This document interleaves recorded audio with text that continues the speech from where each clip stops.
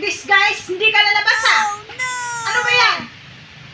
Sabi mo yung utang mo arawan. Bakit tuwing pumupunta ako dito sarado ang bahay mo? Ay, pasensya ka na. Nagipit lang talaga ako Nagipit lang talaga ako. Kala ko rin parcel kaya lumabas ako. Sa tuwing pupunta ako dito, sabi ng mga tao, walang tao. Pero ano naman, may TV naman nagsasalita sa loob.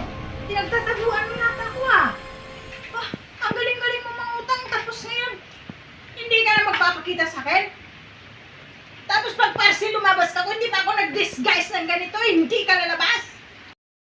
Hayaan mo sa susunod talaga, magbabayad na ako. Sa susunod na buwan, magbabayad na ako. Huwag ka nang mag-asal. What? Ay, ayoko na.